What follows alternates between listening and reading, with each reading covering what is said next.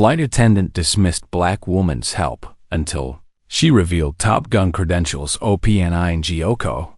Fluorescent lights of Gate 27 hummed softly above the crowded terminal. Outside the floor-to-ceiling windows, a commercial jet sat gleaming under the amber glow of the late afternoon sun, its engine silent but promising. Inside, passengers shuffled toward the boarding line, some anxious, some weary, all eager to get home. Among them stood a woman who didn't quite fit the hurried chaos around her. Her name was Maya Bennett, and she moved through the world the way calm water moves around stones, unbothered, present. She wore a simple navy blue jacket over a white blouse, jeans worn soft with time, and sneakers that had seen 1,000 airports. Her hair was pulled back into a low bun, neat and practical. She carried a single duffel bag slung over one shoulder. It strapped frayed at the edges. She didn't look like someone important, and that was exactly the problem. Maya stood near the boarding gate, her boarding pass already scanned, waiting patiently as a young mother in front of her wrestled with a stroller, a screaming toddler, and 2 overstuffed carry-ons. The woman's face was flushed, her hand shaking as she tried to collapse the stroller while the child wailed. Maya stepped forward quietly. "Here," she said gently, kneeling beside the stroller. "Let me help you with that latch." The young mother looked up, eyes wet with frustration and gratitude. "Thank you," she whispered, her voice cracking. "I'm so sorry. Don't apologize," Maya said with a warm smile. "You're doing great." Within seconds, the stroller folded neatly. Maya handed it to the gate agent, who took it without a word, then turned back to help the mother gather her bags. That's when the flight attendant appeared. Her name was Vanessa Cole, and she wore her uniform like armor, crisp, immaculate, every button aligned. Her hair was swept into a flawless chignon, her makeup sharp and perfect. She stood at the gate entrance with a clipboard in hand, her eyes scanning the boarding passengers with the cold efficiency of someone who had seen it all and trusted none of it. Her gaze landed on Maya. And something in her expression shifted. It wasn't loud. It wasn't obvious. But it was there, a flicker of judgment, a tightening at the corners of her mouth. Maya felt it before she even looked up. She'd felt it 1,000 times. Before, Part 1, the SETU. Maya straightened up, brushing her hands on her jeans as the young mother disappeared down the jet bridge with her toddler. The gate area was thinning now.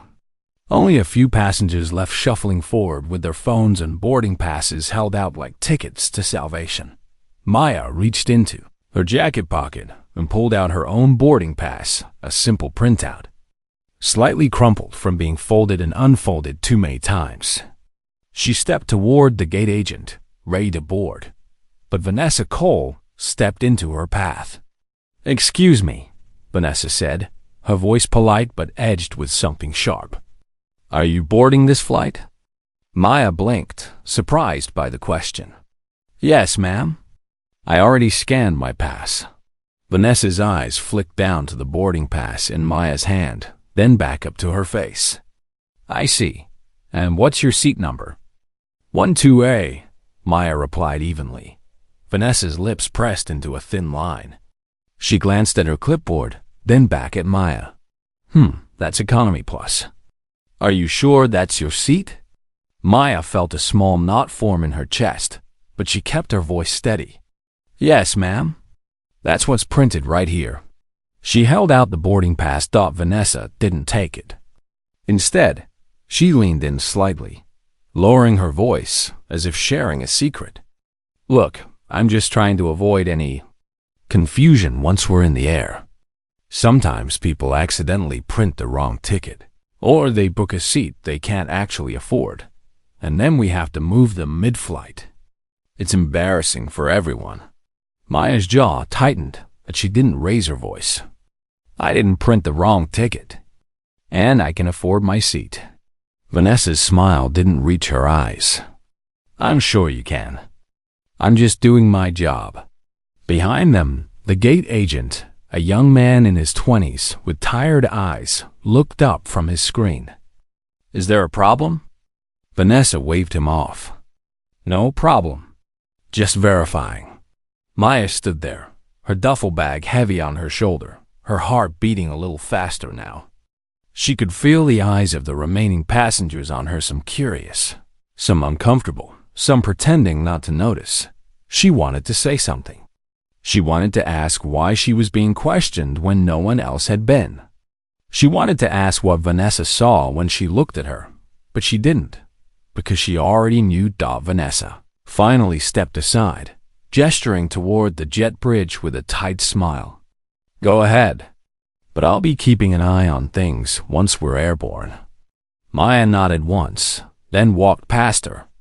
Her head held high as she disappeared into the tunnel leading to the plane. Vanessa turned back to her clipboard, her expression unreadable, but deep in her chest. Something small and cold had already taken root, and Maya felt it too, a quiet storm gathering on the horizon. Part 2. The CONF Steed. Cabin of the plane smelled like recycled air and faint disinfectant. Maya found her seat 12A, just as her boarding pass had promised, and slid her duffel into the overhead compartment. She settled into the window seat, fastening her seatbelt and resting her head against the cool plastic wall.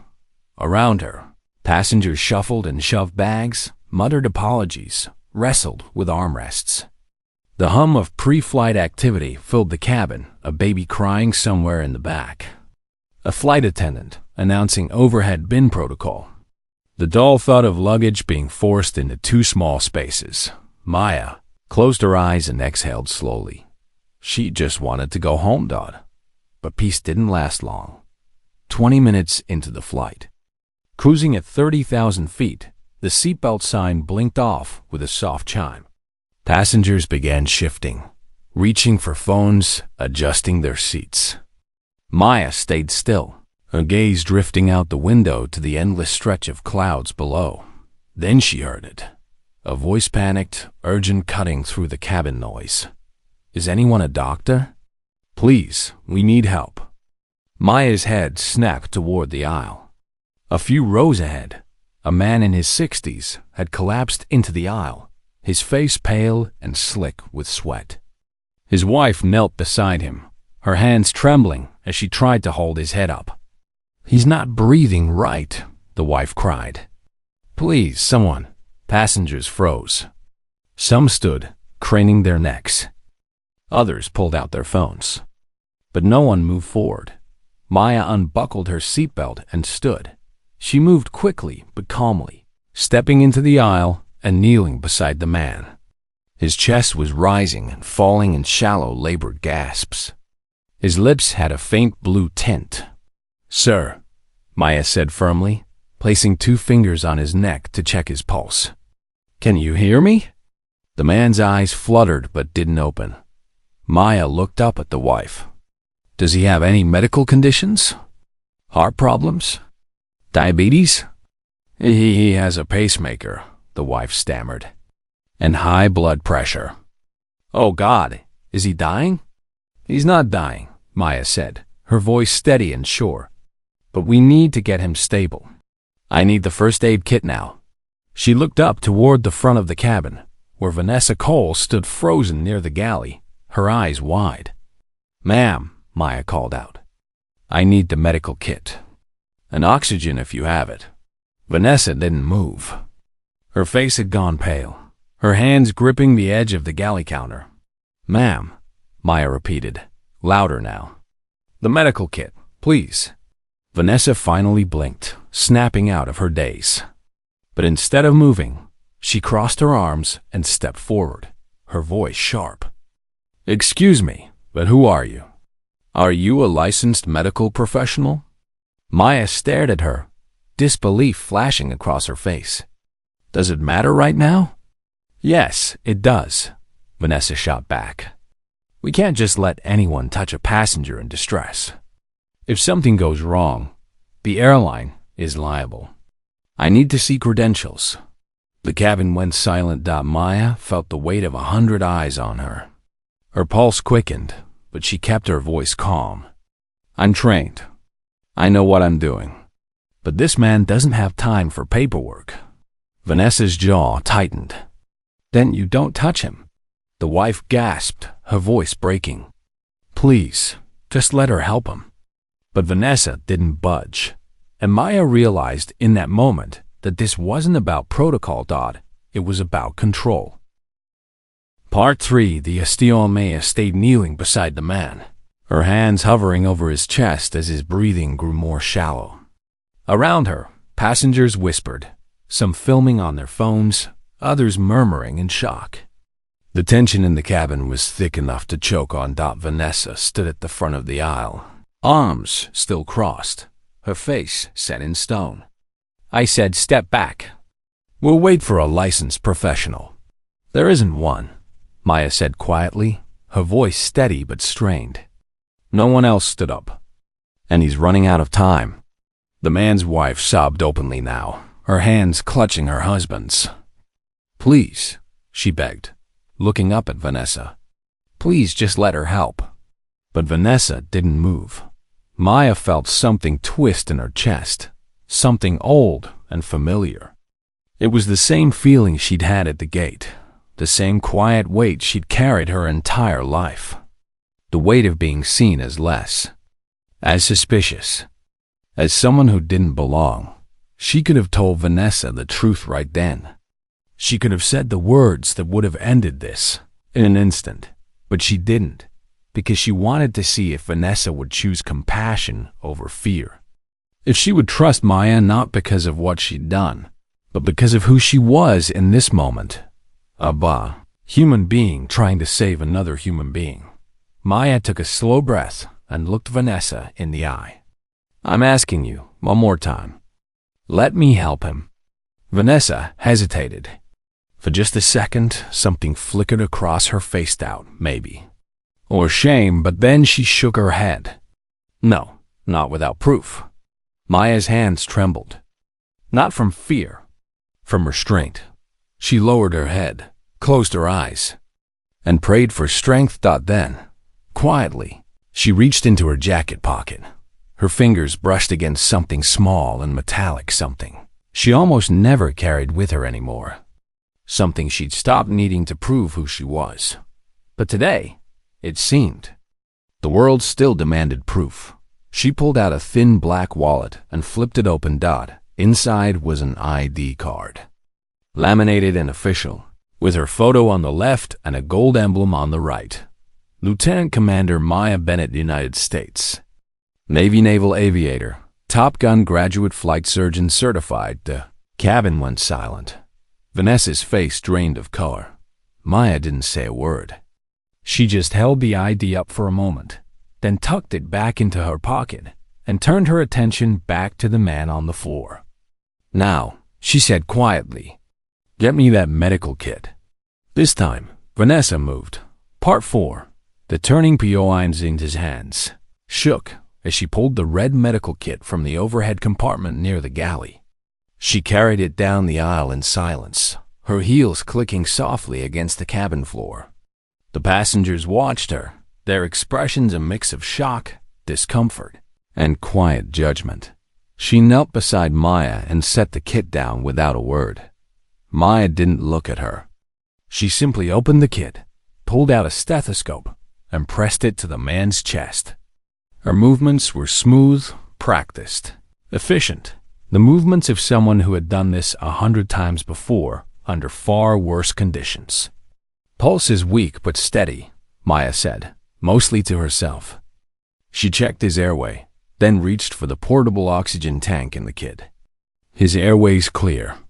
Looks like a panic attack or acute hypertension episode. Not a heart attack. The man's wife let out a sob of relief. Maya fitted the oxygen mask over the man's face and adjusted the flow. Within seconds, his breathing began to even out.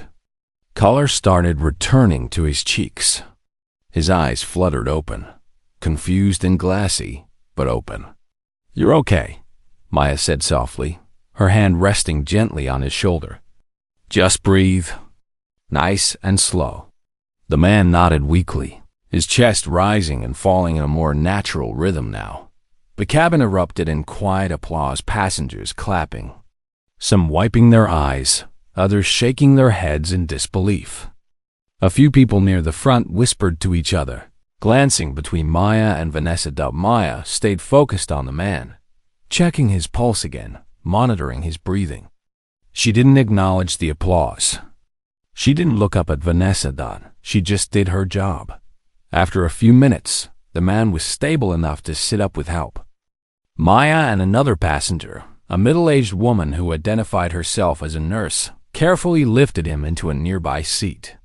His wife sat beside him, clutching his hand, tears streaming down her face.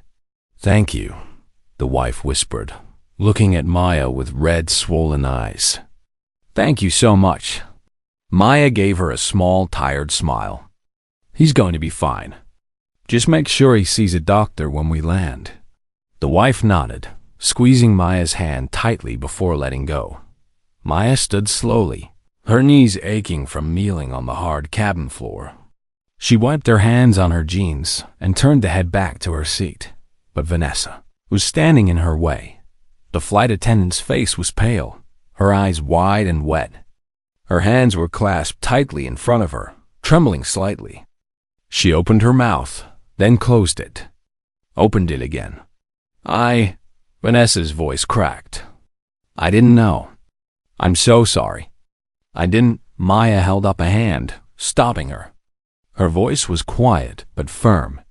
"You didn't need to know. You just needed to trust me." Vanessa flinched as if she'd been slapped. Maya didn't wait for a response. She walked past Vanessa, back to her seat, and sat down by the window. She closed her eyes and let out a long, slow breath. Behind her, Vanessa stood frozen in the aisle, tears slipping silently down her cheeks. And for the first time in a long time, she saw herself clearly. Part 5. The Act of Kindness or Sewerage. Rest of the flight passed in near silence, at least for Maya. She sat with her eyes closed, her head resting against the window, her mind far away from the cabin noise. She wasn't angry. She was just tired of proving herself. Tired of being doubted. Tired of carrying the weight of other people's fear and judgment. But she didn't regret helping the man.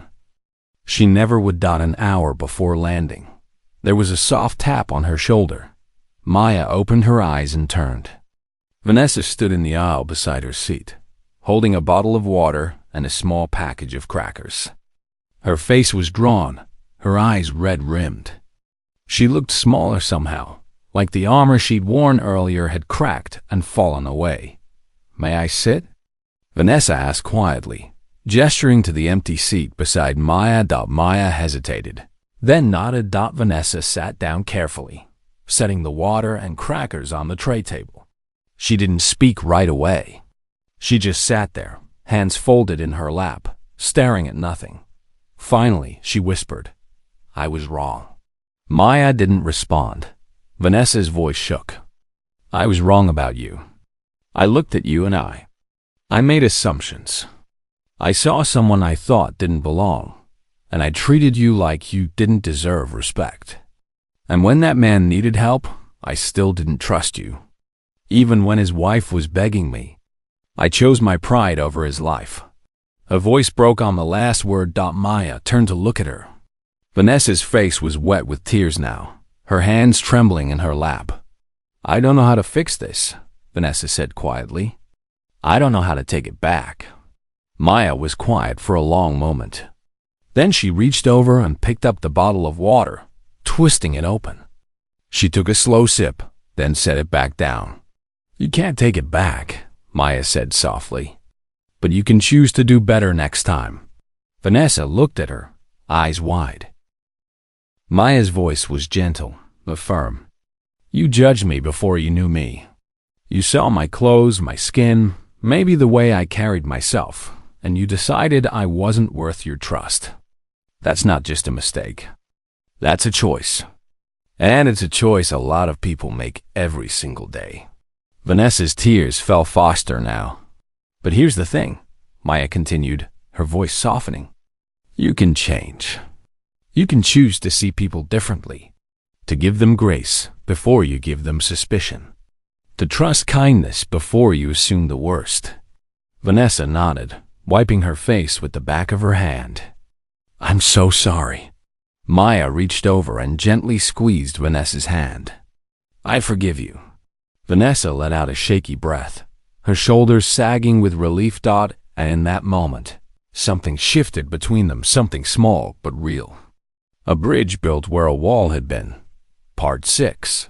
The realization by the time the plane began its descent. The cabin had settled into the quiet hum of an ending journey. Passengers gathered their belongings, checked their phones, stretched their stiff legs. The man Maya had helped was sitting upright now, talking softly with his wife. His color fully returned. Vanessa had returned to her duties, but something about her had changed. She moved through the cabin with a quiet humility, no longer scanning passengers with suspicion, but with something closer to tenderness. She helped an elderly woman retrieve her bag from the overhead bin. She smiled at a little boy who asked for an extra snack. She checked on the man Maya had saved, kneeling beside him to ask if he needed anything. And every so often, her eyes drifted back toward Maya's seat. When the plane touched down and rolled to a stop at the gate, the captain's voice crackled over the intercom. Ladies and gentlemen, we've arrived at our destination. Before we begin deplaning, I'd like to take a moment to acknowledge someone very special on this flight. Maya's eyes opened. She sat up slowly, confused. The captain continued. Earlier today, one of our passengers experienced a medical emergency. Thanks to the quick thinking and expertise of Lieutenant Commander Maya Bennett, a Top Gun graduate and certified flight surgeon with the United States Navy, that passenger is safe and well. Commander Bennett, on behalf of the entire crew and everyone on this flight, thank you for your service. And thank you for reminding us what true courage looks like. The cabin erupted in applause. Passengers stood, clapping, some whistling, others wiping their eyes. The man Maya had saved stood as well, tears streaming down his face as he clapped harder than anyone. Maya sat frozen, her cheeks flushing. She wasn't used to this. She'd never wanted recognition. She'd only wanted to help. But as the applause continued, she felt something warm and unfamiliar bloom in her chest. Not pride, exactly, but something quieter. Something like hope. Vanessa stood near the galley, clapping too, tears streaming openly down her face. She mouthed 2 words across the cabin. Thank you. Maya nodded once, a small smile tugging at the corner of her lips. And when the applause finally faded and passengers began to deplane, Vanessa walked down the aisle one last time and stopped beside Maya's seat. I'll never forget this, Vanessa said quietly. Or you. Maya looked up at her and smiled. Good. Then maybe the next person who needs help won't have to show you their credentials first. Vanessa's face crumpled, but she nodded. Never again. I promise. Maya stood, shouldering her duffel bag. As she walked past Vanessa toward the exit, she paused and turned back. You're not a bad person, Maya said gently. You just made a bad choice. But you owned it. And that matters. Vanessa nodded, unable to speak, and as Maya stepped off the plane and into the bright, bustling terminal, she carried with her not bitterness, but grace. Part 7 Redemption or Foggivinis 3 weeks later. Vanessa sat alone in the break room of the airline's crew quarters, staring at her phone. On the screen was an email she'd drafted and rewritten a dozen times. Subject: a letter of gratitude and accountability. Been thinking about Maya every day since the flight. The memory played over and over in her mind like a film reel. She couldn't stop. The way she'd dismissed Maya at the gate. The way she'd questioned her in the aisle. The way she'd chosen protocol and pride over compassion. And the way Maya had forgiven her anyway. Vanessa had tried to move on. She'd gone back to work, flown a dozen flights, smiled at passengers, done her job. But something had changed inside her. She couldn't look at passengers the same way anymore. She couldn't make the same quick judgments, the same assumptions. She saw people now, really saw them, and it terrified her how blind she'd been before. She hit send on the email before she could second-guess herself again. It wasn't to Maya. She didn't have Maya's contact information. It was to her supervisor, requesting permission to enroll in implicit bias training and to help develop a new protocol for in-flight medical emergencies that prioritized passenger safety over procedural hesitation. Thought it wasn't enough. It would never be enough to undo what she'd done. But it was a start. Her phone buzzed. A response from her supervisor. Approved. Let's talk tomorrow. Proud of you for taking this step. Vanessa exhaled slowly, tears prickling her eyes. Across the country, in a small apartment near a naval base, Maya sat on her couch with a cup of tea, scrolling through her phone. She'd received dozens of messages since the flight, friends, family, even a few news outlets asking for interviews. She declined them all, but one message made her pause. It was from the man she'd helped on the plane. His name was Robert, and it included a photo. In it, Robert stood with his wife and 2 grandchildren, all of them smiling in front of a lake. The message read, "Thank you for giving me more time with them. You didn't just save my life. You saved all the moments I'll get to share with the people I love. I'll never forget you." Maya stared at the photo for a long time, her chest tight. This was why she'd joined the Navy, why she'd trained so hard, flown so many missions, pushed through every obstacle and every doubt.